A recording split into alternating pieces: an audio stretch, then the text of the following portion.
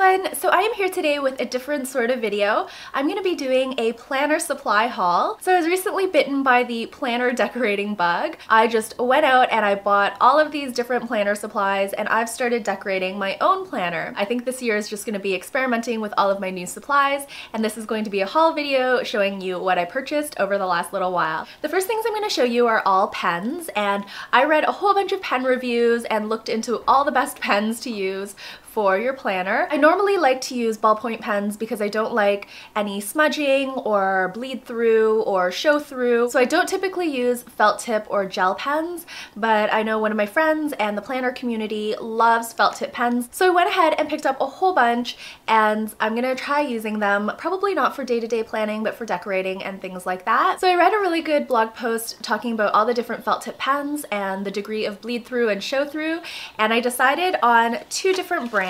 The first brand is called Le Pen, and I actually had two of these pens from before. So these two pens I had purchased in France back in 2004. So these are over 10 years old. So while I didn't use these pens very much over the past 10 years, what kind of triggered me to purchase this set was that I plucked these pens out of my collection and I tried them and they were as good as new after 10 plus years. So that kind of sold it for me. These are Japanese pens. So this set actually comes with 10 pens, but I gave 3 to my hubby because he needed some pens for work.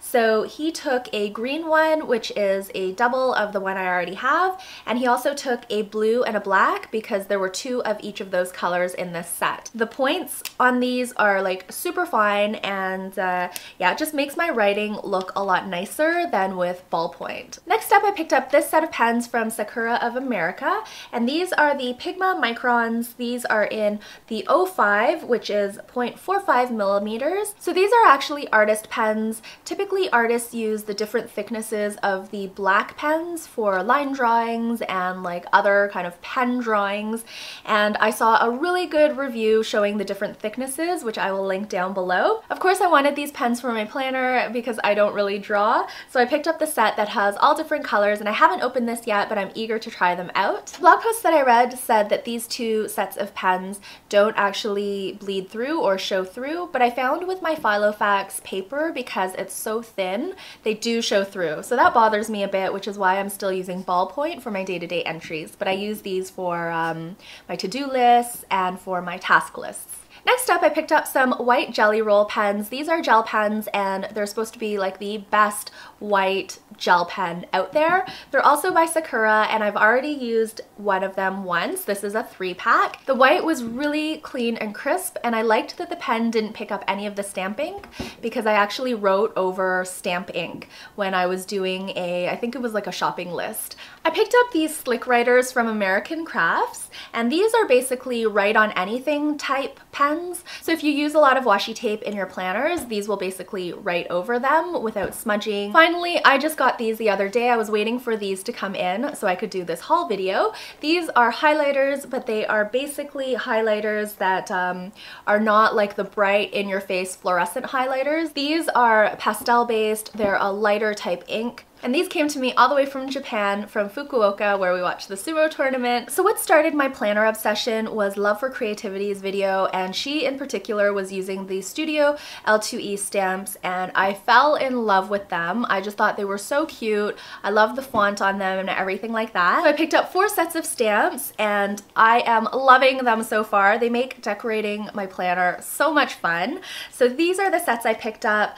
The planet set, it has like holiday, important. I love the bill due stamp, the appointment stamp. It's got like vacation, family time, birthday, all of the key date markers that you would need for your planner. I also picked up List It, which I really like because there are different sets of bullets, and there's also like little banners and stuff that you can write in. There are also a lot of stamps that are geared towards blogging and YouTube, which I really like. Studio Borders 1 has been a lot of fun. This is kind of like makeshift washi tape for me as well. So instead of using washi tape, I'll just stamp on a border and I find it has a similar effect. And then finally, the iconic stamps.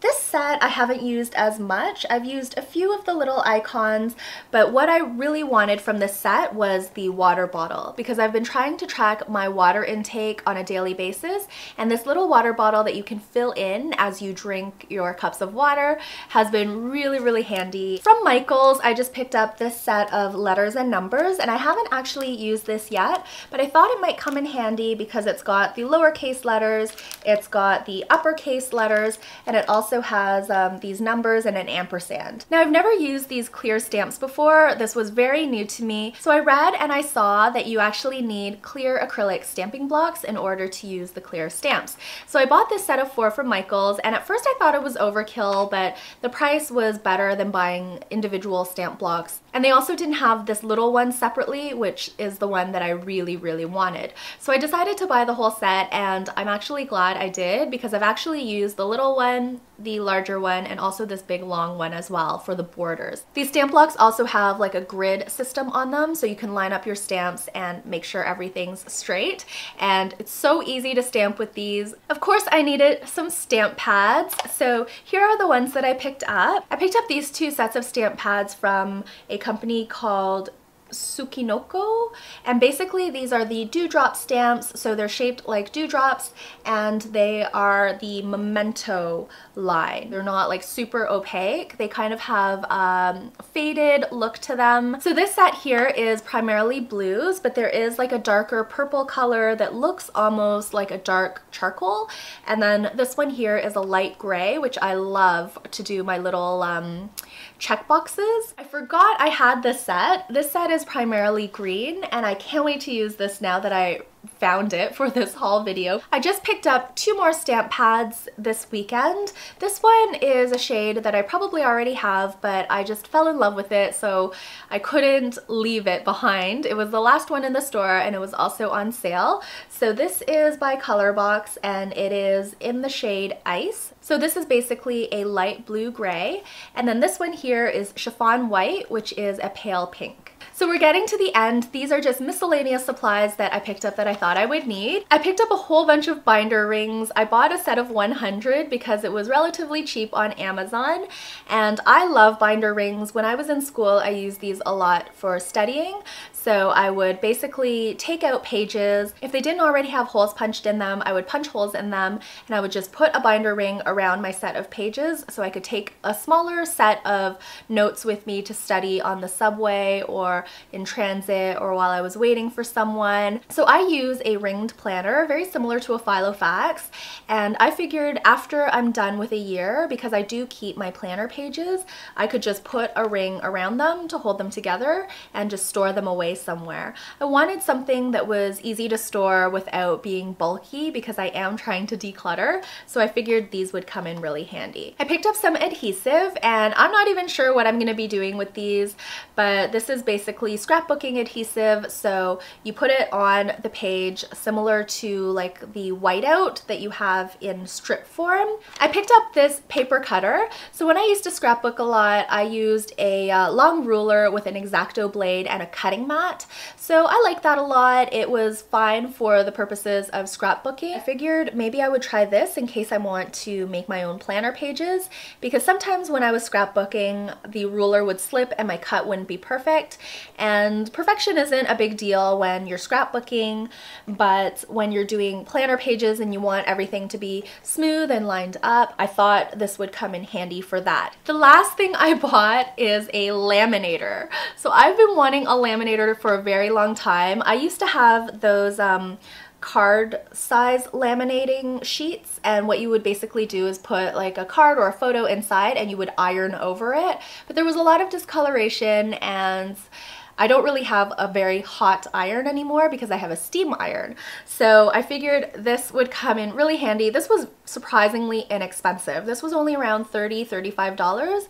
And I figured I could laminate pages for my planner, I could laminate photos, if I wanted to add a quote or maybe like a tip sheet or my goals for the year, I could laminate those and put them in my planner. And then of course the last things that I picked up are the laminating pouches for my laminator. So I got the letter size and I also got these smaller, I think these are around like 5x8 size. So that is it for my planner haul. I hope you enjoyed this video, something a little bit different, but it's where my interests lie right now, and I want this channel to kind of ebb and flow with my interests. So this is where my interests are going, but it's really a throwback to my scrapbooking days, so I think it's a logical extension. So that is it for today. Thank you so much for watching this video. Please let me know down below if you still keep a paper agenda, or perhaps you've moved to your phone or to an online planning system. And if you do keep a paper agenda, let me know if you just use it for functionality basically, or if you're into decorating your planner as well. I actually transitioned to my iPhone a few years back, but I found I was missing appointments and I was just forgetting stuff. So I've gone back to my paper planner and I couldn't be happier. So now I'm in the phase of decorating it. Thank you again so much for watching, and until I see you next time, please take care and bye for now.